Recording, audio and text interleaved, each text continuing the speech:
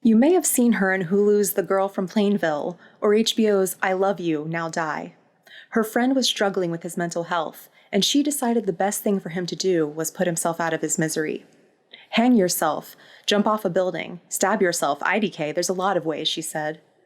This is the story of Michelle Carter, the texting suicide girl, and where she is now.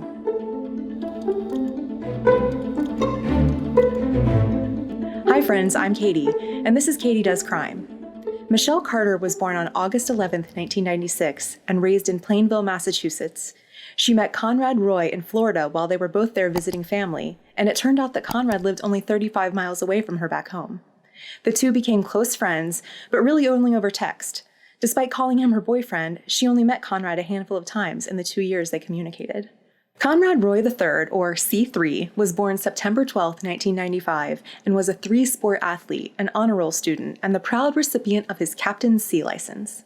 He worked with his father and grandfather at their marine salvage business, but he had allegedly been punched in the face by his dad for not putting away a pan of mac and cheese in a timely manner, and was verbally abused by his grandfather. The year that he and Michelle met, Conrad became so upset over his parents' messy divorce where his dad accused his mom of assault that he attempted suicide. But Michelle told him, "You have so much to live for. Please don't." When he threatened the same in 2014, Michelle wrote, "Have you thought about getting professional help? I think it would really help you." But the next month, she changed her tone. "Everyone will be sad for a while, but they will get over it and move on," she told him.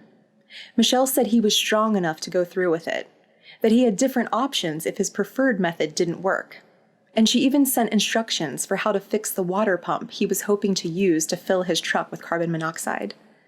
As Michelle later told a friend over text, in July of 2014, Conrad got out of his truck because he was scared about how he could feel the gas actually working, and she ordered him to get back in.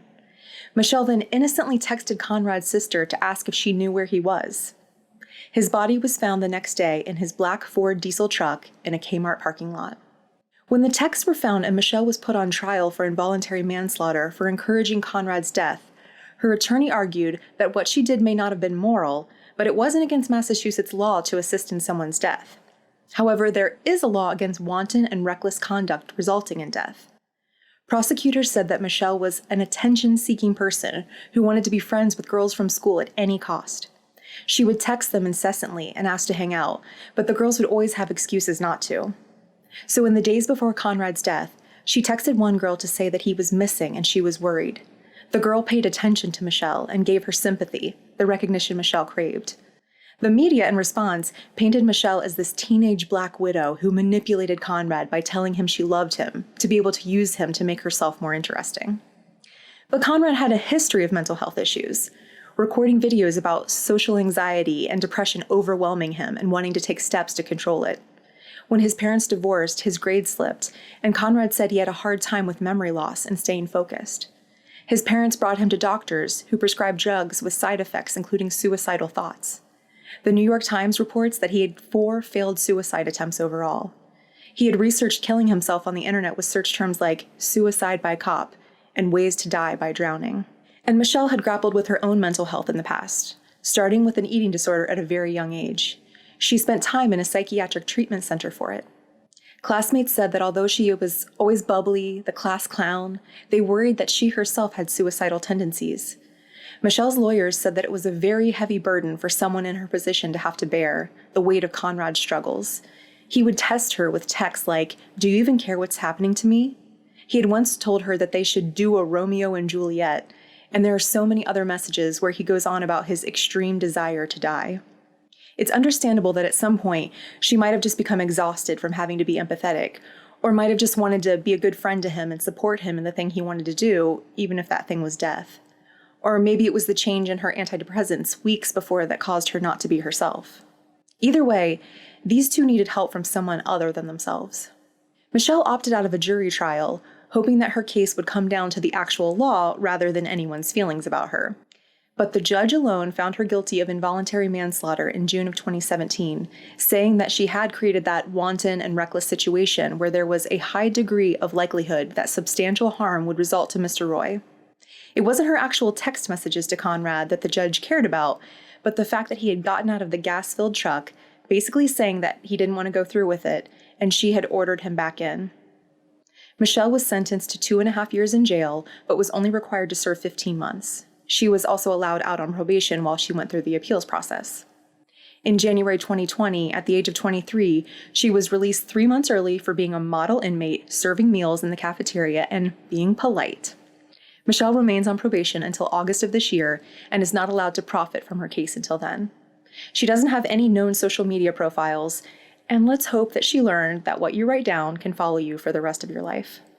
The question on everyone's minds all these years later is still whether Michelle ever did love Conrad, or if she was just a needy person trying to direct a little spotlight her own way. The morning after she urged him to kill himself, Michelle texted Conrad, "Did you do something? I'm so sorry, I didn't think you were being serious."